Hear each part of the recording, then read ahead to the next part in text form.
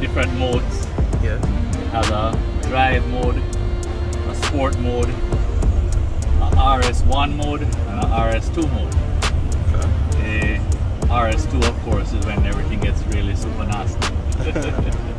So even like right now, even the display, you can see here now, this is a regular normal display that I would have up, and then I change it into RS. All of a sudden everything now just changes.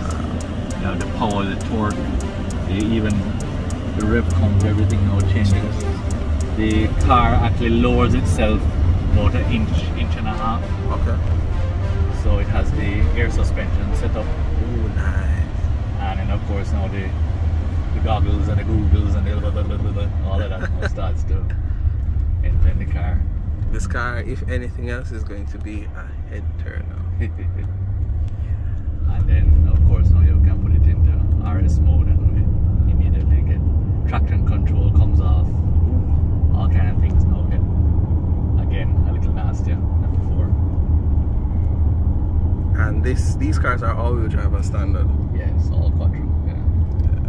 I would figure that at this point they would want to make sure that the car have all kind of stabilities going on. And then because the car was in Europe, I decided to send the car away.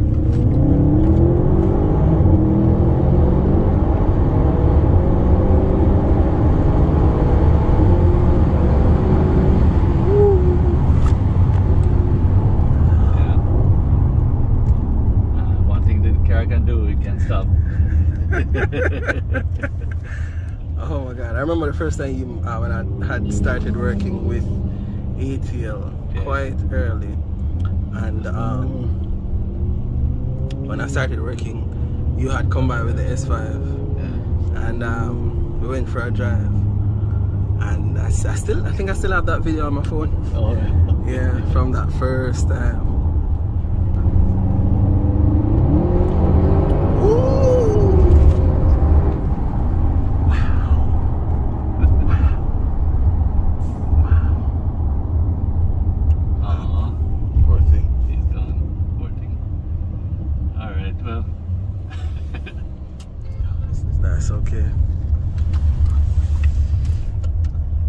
This one doesn't come with a four-wheel steering, does it? Yes, it does actually. Oh, because I realized that turning radius was a little... Yes, that's pretty good.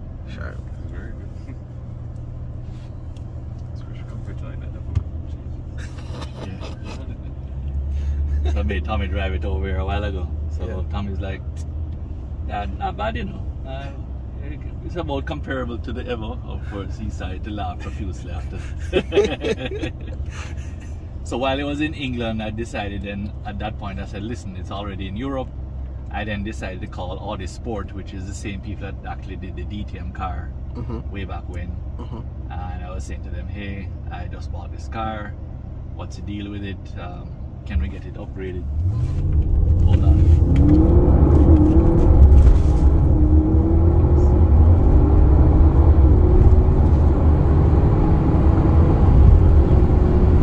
The bump. Which bump? That one, yeah. Yeah, right.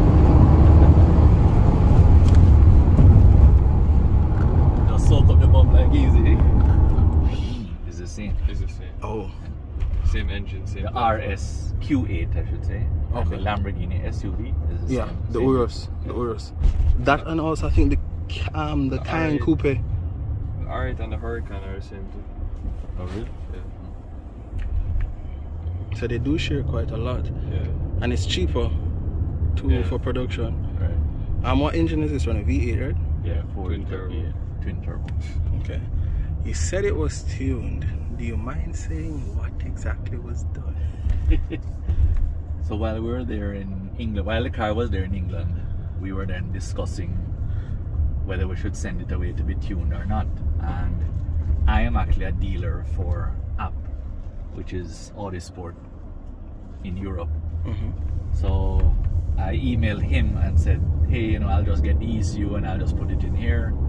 And it's basically what they do is they actually sell you a complete ECU.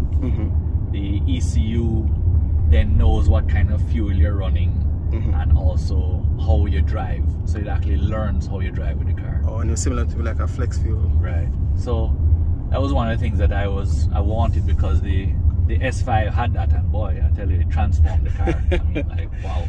Yeah. So that was one of the things that I was definitely wanting to install. Anyway, while talking to them, they said, well, Doug, the only way we'll do the tune is if the car comes with the racing brakes. Well, guess what? It came with it.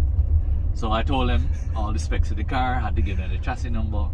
Then they came back to me and said, well, all right, they will do it.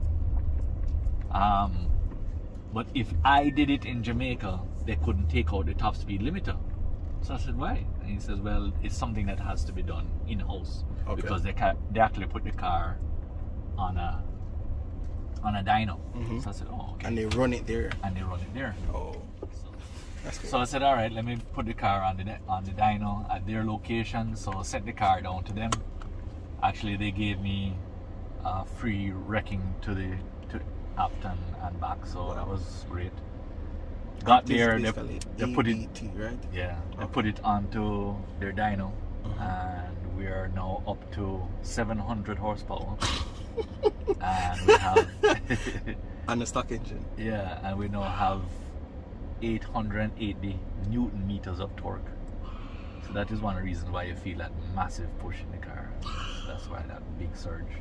Oh my god! So yeah, the car is really impressive. I am thoroughly impressed with the car. There's no doubt about that. Yes. So like a few years ago, did you see yourself here?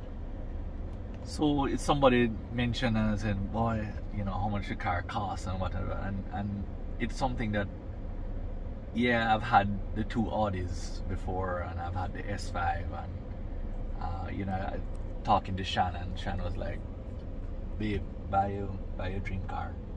And of course sat down with Adam, and he was like, of course, Porsche.